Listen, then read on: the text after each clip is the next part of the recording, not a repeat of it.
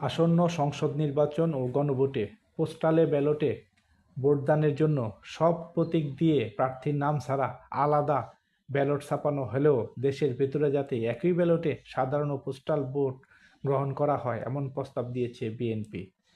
আজ বৃহস্পতিবার প্রধান নির্বাচন কমিশনার এএমএম নাসির উদ্দিনের সঙ্গে বৈঠক শেষে বিএনপির স্থায়ী কমিটির সদস্য সালাউদ্দিন আহমেদ সাংবাদিকদের এ তথ্য জানিয়েছেন।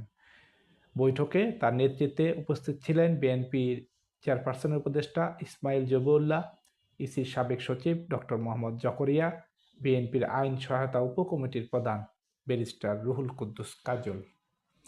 সালাউদ্দিন আহমেদ বলেন, আমরা নির্বাচন কমিশনে এসেছিলাম কিছু গুরুত্বপূর্ণ বিষয় এবং কিছু আইনি ও আচরণবিধি সংক্রান্ত বিষয়ে আলোচনা করতে।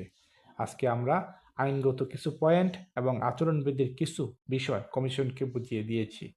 এছাড়া আরও কিছু বিষয়ে আমরা উদ্বেগ প্রকাশ করেছি।